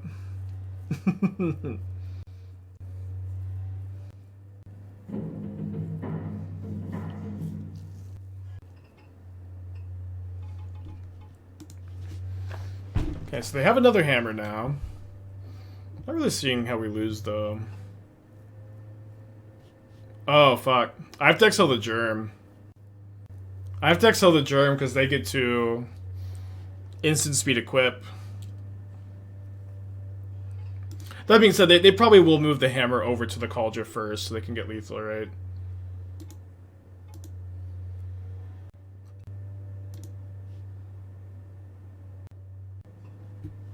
Okay. Got him.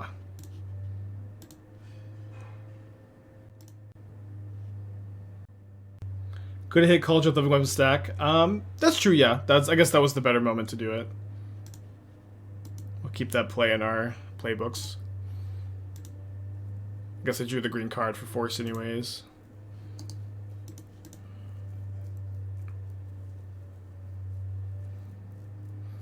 So I think what I might do is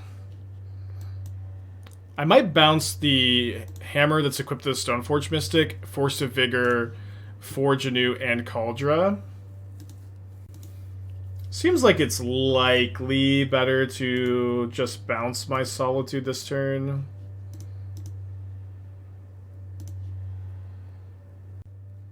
Safer, also. Notably, my opponent is at 35 live. Yeah, people have suggested discontinuity a lot to me. I can't imagine it's optimal. Okay, my opponent is, you know, they're obviously double queuing. They're gonna have a hard time like winning game 3 if they continue this pace of play. For what it's worth.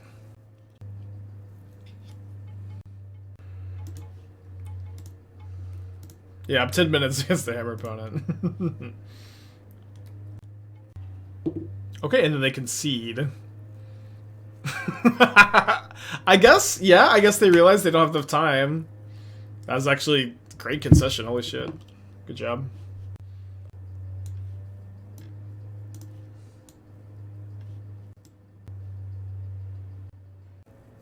So we're playing against blue black green control, taking card draw out. You can't really take card draw out. Because that's like your whole fucking deck. You just gotta be very conscious about playing around shielded the whole time. That's an Mold to 6. Is Elder Deep-Fiend better than Time Warp? Well, okay, Elder Deep-Fiend is not better than Time Walk Da Vinci, but I do think it's better than Time Warp. It's like a Time Warp that attacks for 5. Elesh ain't good against Aid. No, dude, fuck. Why does this keep I just love to play fast. It's all on me, but okay, never mind. Well, I guess they could still have a protection spell, but we're bailed out. Bailed out.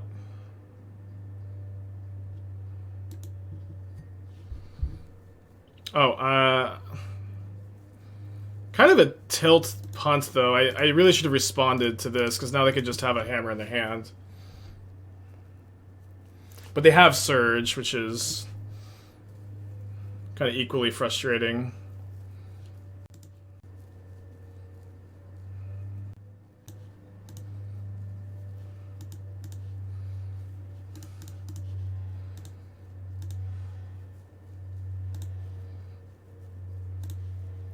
This feel bad. We're just like never really losing. Like the Needle's so bad against us in general. Like they probably shouldn't have us in their deck post board. Maybe post board against me. They don't have another creature though, which is a big deal. And so it's gonna be a race to me drawing a land versus them drawing a creature. You can also draw, you know, a lot of different cards. Fuck. Best creature.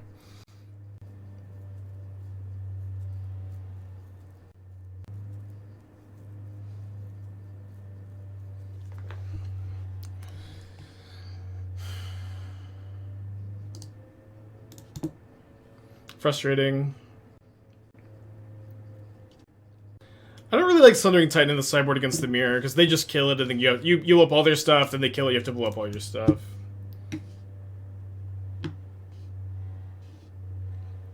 It's like just so tough for me to also like not just yield. It is. PD with the 13 months, thank you.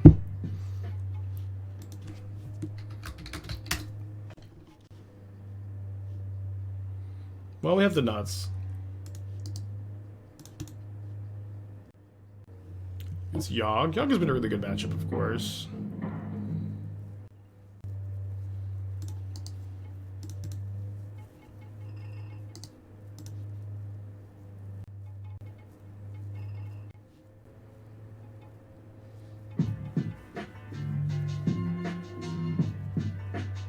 Lucky man for the 12 months, thank you. Okay, white card, huge draw here. Yeah, it was my fault for sure, not my opponent's fault. But it's just like a mistake I was always gonna make there.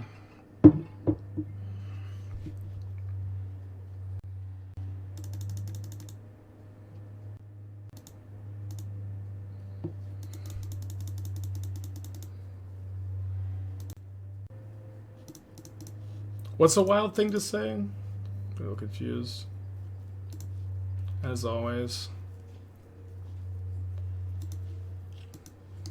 I guess I could play Flooded Strand, so if I draw Binding, I can have Binding up. So they get a court for Yogg.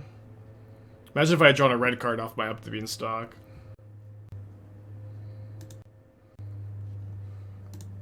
They have no cards in their hand, so we're going to wait for them to sacrifice their Young Wolf before we Solitude the Yawgmoth.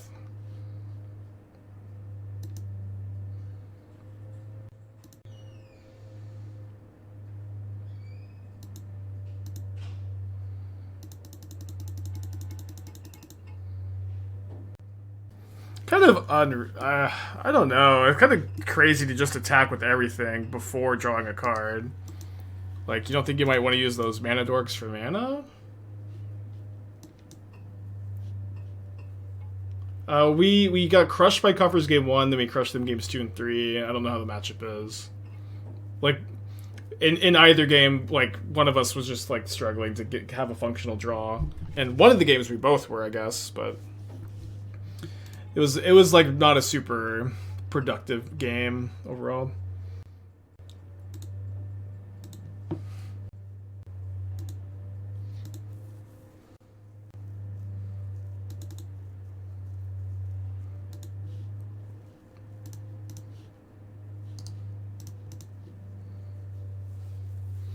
Nice of, or lucky of us to dodge a Court of Calling for Bowmasters or a Bowmasters there, I guess. Could probably beat a Grist. Well, we do have 6 lands in our hand at the moment.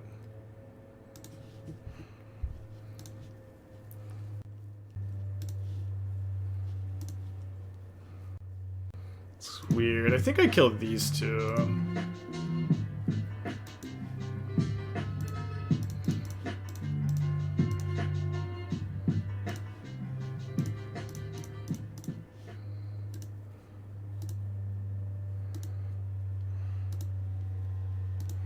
So unfortunately, I don't have quad blue to merge again. I just want to make a future Yawgmoth bad, though, for the most part. Woodrow J.M. Clur. What a username. Thank you for the 15 months.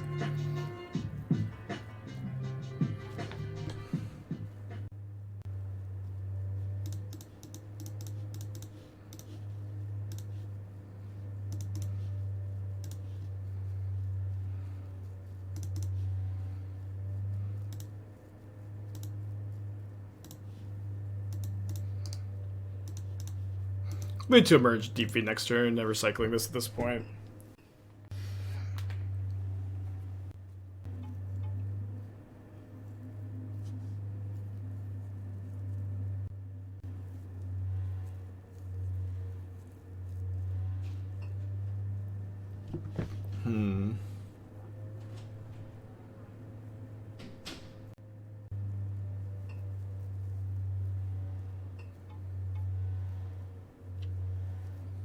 Pretty good follow-up.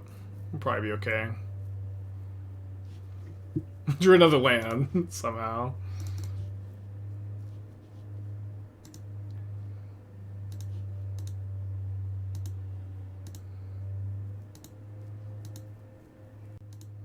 See, I don't see much point in tapping the Cauldron. Give myself the chance to draw 2 bindings, I guess.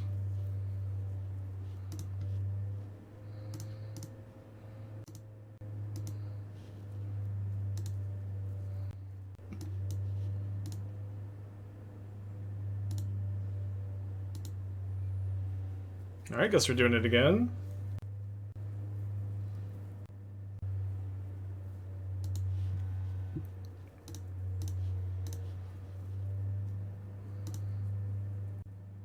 Teferi Bounce Cauldron could have been good.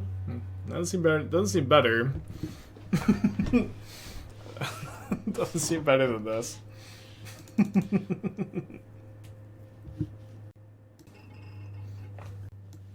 What are we even cutting? We just cut a Bloodbraid. Yeah, you can evoke off the Solitude for 2 mana at instant speed. Yeah, I like genuinely believe Elder Deep-Fiend is optimal for this deck, which is kind of a crazy thing to say because it maybe at first glance just looks like a content card, but it's been amazing all day. And I think in a big I think Deceive was commenting on how they felt like the deck was missing something. I think this has been true. Shane on the Deck Done podcast was like, if it just is missing something. I feel like Deep-Fiend maybe is that. It just closes games so well, while also working very well with what the deck is trying to do.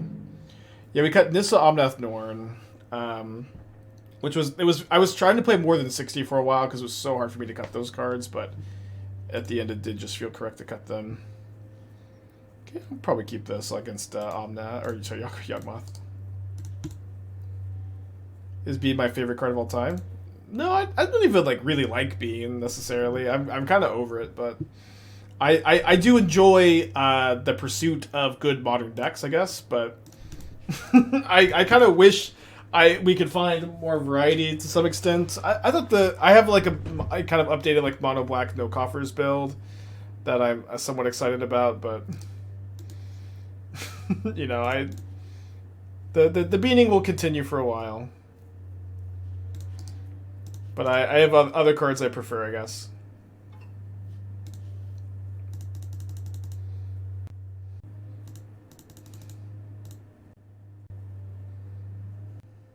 I'm gonna try the mono black Gyruda deck. People say stuff like, I only see decks because people in my chat post them. I will occasionally see something on Twitter. I don't look at MTG Goldfish ever, actually, these days. I cannot remember the last time I just looked at top 8 deck lists. Because it's people in my chat. If you want to post the Gyruda deck, I'll see it. I'm just not familiar with it. I just all the cool decks come to me. So if you're gonna ask me about a cool obscure deck like that, you have to bring me the cool obscure deck.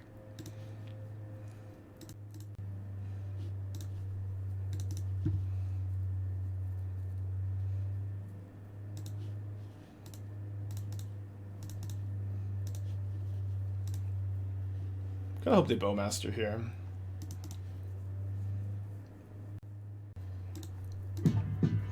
Fjork with a 32.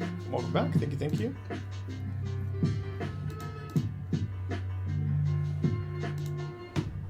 Yeah, Elder Deep-Fiend. A lot of different ways you go with naming. I was just thinking maybe I should got basic planes. I guess I got punished, huh? Should still be doing pretty good.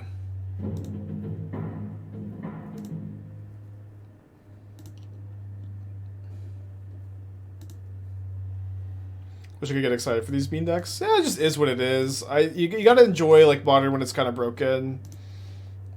This is certainly a feature of the format. Modern just gets kind of weird and wacky like this, and you can lean into it, or you can play a different format if you don't want to lean into it. It is what it is.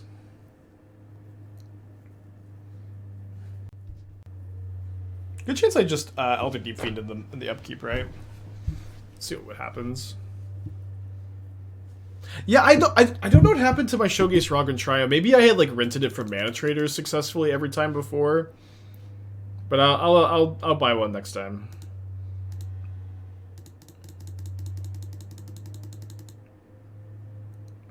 I don't want to lean to it. All RCQs are modern. Yeah, I haven't played any RCQs actually this season. I'm not necessarily more likely to now. I don't know. I'm kind of hoping to like either spike it in Atlanta, or if that doesn't work, like I think I could be somewhat comfortable trying to LCQ in Colorado.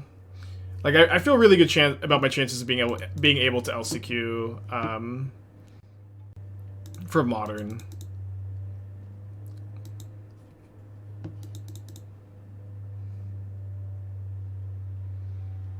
All right, so let's just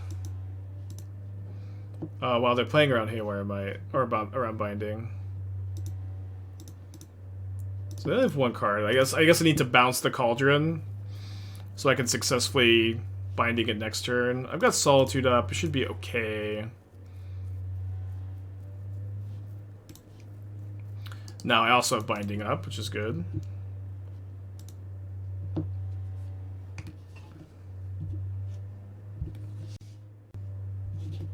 Are Triomes the most broken thing to come to Modern? I mean, no. I mean, like, really, it's the reality is that fetch lands are like really poorly designed, and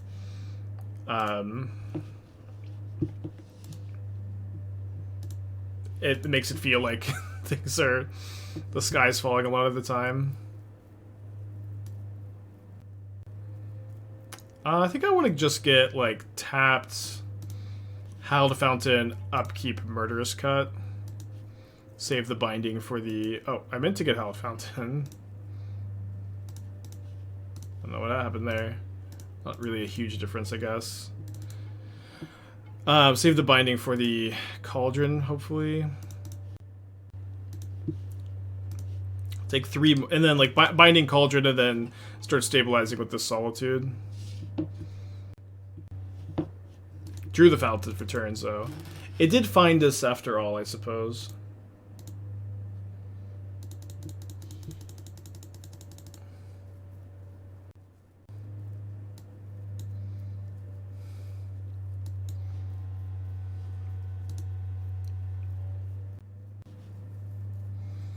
I guess they have forced my hand. But also, I'll be able to bounce. If they're not playing Cauldron this turn, I can bounce the Cauldron next turn.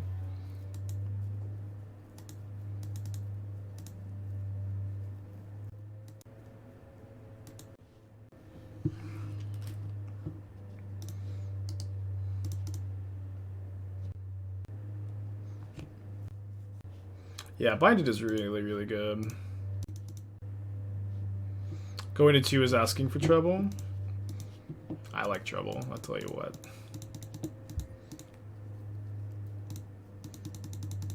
It's like we have 2 Solitudes in our hand. We're gonna get to attack with one of them, probably. We'll be alright. Found the Gyruda deck.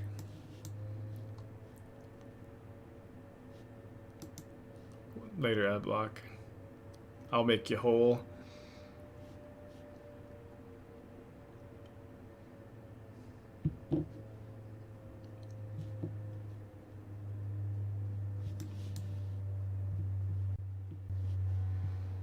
Looks cool.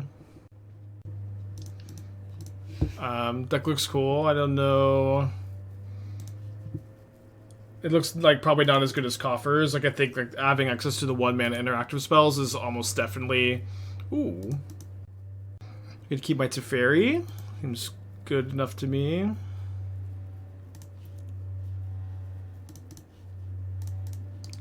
Yeah, I feel like having access to the 1-mana spells is really, really key.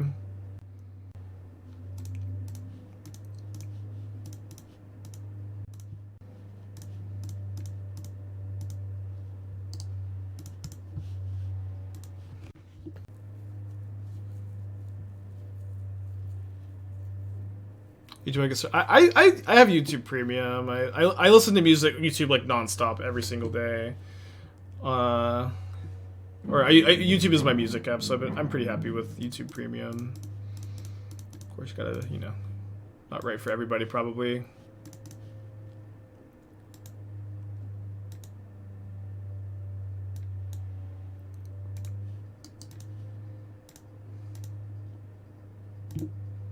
I think it's better than Spotify. Yeah, I think it's a lot better than Spotify. I think like the playlists it makes are better than like it's better for finding new music and curating like playlists and stuff. Or at least I like it more. I just like let it play like random stuff. Like if they hear new songs all the time.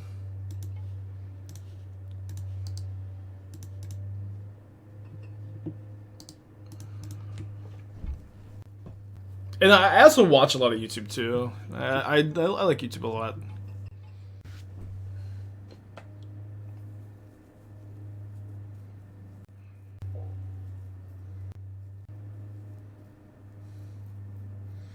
So they have just Wall of Roots and Ignoble Hierarch as far as activated abilities in the yard go. I guess I can't really attack with Bloodbraid. Or this Bloodbraid for the win. I think I just attack with both and hold up the Solitude.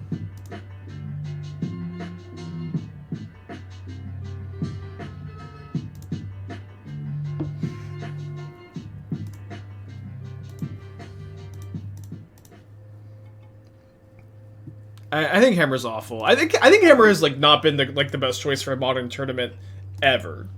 I don't think there's been a single weekend where you're like, all right, I'm gonna suit up Hammer this weekend. This is what I think is good in the metagame. I don't think that's like ever been true, dude. I think Hammer's kind of a deck like Murktide where it's like never the best choice, but it's one of these, oh, I know the deck really well, and I'm going to like use my deck expertise to navigate to a win. Oh, I should have let the target happen. Damn it. So now they get the counter here. It's actually a pretty big mistake. I just don't think I've ever seen Hammer be like the best deck for a tournament. Unless you're Elk. But yeah, that's the thing. Like, you have deck specialists that, you know, you can play it and do well with it and win tournaments with it for sure. Was it the best position deck? No, like, definitely not. I think for any weekend.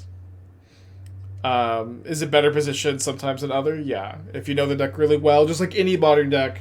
Like, Yawgmoth is also horribly positioned at the moment. It's just so it's so powerful with Cauldron. If you just know the deck really well, you're going to be fine. So they have Cord. They have a second Shieldred, maybe? I think I beat second Shieldred. Do you ever get tired of consistently giving takes all day? I guess. Not really.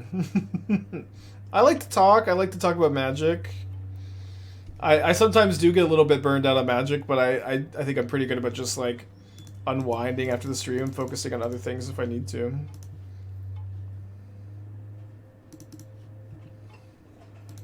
I think I actually don't play Up the Beanstalk. Well, they don't have Bowmasters in play. But I'm just, like, dead if they have a Bowmaster and I end up triggering Up the Beanstalk, and I maybe am just winning this turn, but if I find Teferi, I definitely win. Yeah, I guess I just don't lethal him. Okay, so arguably should have been a 5-0 if I wasn't F6 turn 1 and got Pithing Needled against Hammer. Right, Elder Deep-Fiend looking great though. That is definitely the important thing. I did not finish the Dark Souls no-hit. I wanted to get back to it at some point this year. Maybe like around Christmas time. But it's tough. It just requires so much time and commitment.